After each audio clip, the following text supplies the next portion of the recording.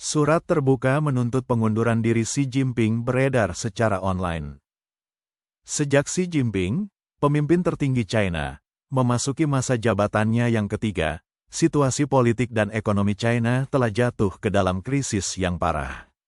Suara-suara yang menentang Xi, baik dari dalam partai maupun masyarakat, semakin meningkat, dan berbagai sektor menantikan kejatuhan Xi.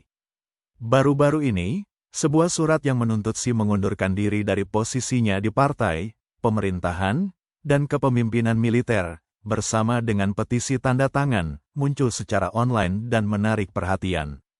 Pada tanggal 17 Desember komentator independen Chai Sen-kun memposting di platform X luar negeri bahwa dia telah menerima email pada tanggal 16 Desember.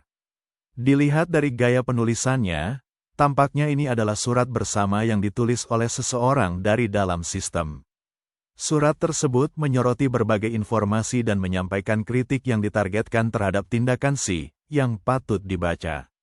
Surat itu berjudul resolusi dan petisi agar Xi Jinping mengundurkan diri dari kepemimpinan partai, pemerintahan, dan militer, mencantumkan 28 poin ketidakmampuan Xi selama masa kepemimpinannya. Berikut ini adalah kutipan dari artikel lengkapnya. Xi Jinping telah menunjukkan banyak masalah dan kekurangan serius sejak memimpin PKC, pemerintahan, dan militer, yang menyebabkan kerugian besar bagi negara, rakyat, dan partai.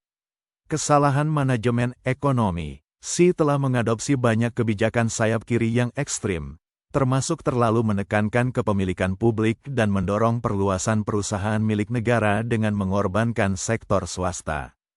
Kebijakan ini telah mengganggu persaingan pasar yang sehat, menekan bisnis swasta seperti Tencent dan Alibaba, yang dipaksa tunduk di bawah tekanan investigasi dan denda, dan intervensi berlebihan dalam perekonomian. Hal ini menyebabkan kurangnya minat investasi dan membuat ekonomi mengalami stagnasi parah, menurun dalam vitalitas. Pemerintahan yang tidak efektif. Pendekatan Xi dalam memerintah kurang melakukan penyelidikan mendalam atau analisis masalah, melainkan memilih solusi tergesa-gesa dan sederhana. Hal ini merusak banyak industri seperti real estate, pendidikan, keuangan, dan platform online. Pengendaliannya yang keras, tidak rasional, dan berlebihan telah menghancurkan sektor-sektor ini, menyebabkan penutupan atau kebangkrutan banyak usaha. Pemborosan pengeluaran infrastruktur. Xi secara sembrono membuang uang rakyat, memprioritaskan proyek-proyek besar seperti kawasan baru Xiamen dan inisiatif sabuk dan jalan, tanpa memperhatikan efektivitas atau biayanya, serta mengabaikan kesulitan rakyat. Pelanggaran pemisahan partai dan pemerintah. Xi menekankan kendali partai atas segalanya, bersikeras bahwa partai mengelola semua aspek pemerintahan. Dia bahkan memaksa bisnis swasta untuk mendirikan organisasi partai, sehingga memungkinkan adanya intervensi partai dalam pengelolaannya. Penghapusan batas masa jabatan. Xi secara paksa mengamandemen konstitusi untuk memungkinkan pemilihan kembali tanpa batas waktu, yang menyebabkan kemunduran dalam sistem politik negara. Kediktatoran. Xi merusak prinsip sentralisme demokratis dan menganut otokrasi pribadi, serta memusatkan kekuasaan pada dirinya sendiri. Hal ini sangat melemahkan proses konsultasi dan pengambilan keputusan yang demokratis. Dengan para pemimpin senior lainnya hanya menjadi boneka sementara Xi memonopoli media dan menekan setiap perbedaan pendapat atau kritik. Pemujaan kepribadian. Meskipun kerusakan historis yang disebabkan oleh pemujaan kepribadian, Xi telah mendorong pengagungan terhadap dirinya sendiri, memerintahkan pujian besar-besaran dan menuntut agar semua lapisan masyarakat mendukung ideologinya, sehingga membuang-buang sumber daya dan waktu. Merusak tatanan politik. Xi mengkonsolidasikan kekuasaan dengan mengangkat loyalis dan menciptakan faksi, merusak persatuan di dalam dan di luar partai. Kendali totaliter. Xi mengupayakan kendali menyeluruh atas seluruh aspek kehidupan, termasuk upaya meniru model revolusi kebudayaan. Dia menggunakan pengawasan publik, internet, dan alat teknologi tinggi seperti AI dan Big Data untuk memantau masyarakat. Dia juga menerapkan undang-undang untuk mengontrol dan menindas rakyat. Krisis COVID-19. Ketidakmampuan Xi dalam mengelola pandemi COVID-19 menyebabkan banyak korban jiwa dan kerugian ekonomi yang parah. Tindakan awalnya yang menutup-nutupi membuat virus menyebar tak terkendali, sementara langkah-langkah selanjutnya, seperti karantina ekstrim dan tes massal, menyebabkan penderitaan yang meluas. Kegagalan diplomatik. Xi telah melanggar aturan dan prinsip internasional, mendukung rezim otoriter, terorisme, dan invasi. Tindakannya telah menyebabkan China terisolasi secara global, terkena sanksi ekonomi, dan penurunan perdagangan luar negeri, sehingga merusak perekonomian dan mengakibatkan banyak orang kehilangan mata pencaharian mereka. Kebijakan luar negeri yang agresif. Penolakan Xi terhadap keterlibatan diplomatik dengan Barat, ditambah dengan diplomasi prajurit serigala, telah memperburuk ketegangan dan menyebabkan perang dagang dengan Amerika Serikat, sehingga mendorong China menuju konfrontasi global.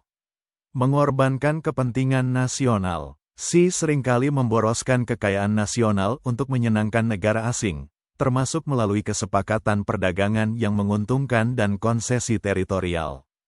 Penghancuran kebebasan Hong Kong. Kebijakan Xi telah merusak kebebasan Hong Kong, menyebabkan eksodus talenta dan bisnis serta mengasingkan warga Hong Kong, Macau, dan Taiwan. Fokus pada stabilitas daripada penyelesaian masalah. Alih-alih menyelesaikan masalah, Xi lebih memprioritaskan stabilitas, yang mengarah pada pengeluaran berlebihan dengan sedikit atau tanpa perbaikan dalam menangani masalah yang mendasar.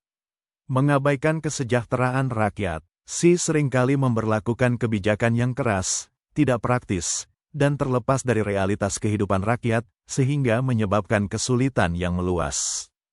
Perebutan kekuatan obsesif. Hasrat Xi yang tak terpuaskan akan kekuasaan telah menyebabkan amandemen konstitusi dan kontrol berlebihan atas negara, tanpa memperhitungkan dampaknya terhadap kehidupan rakyat.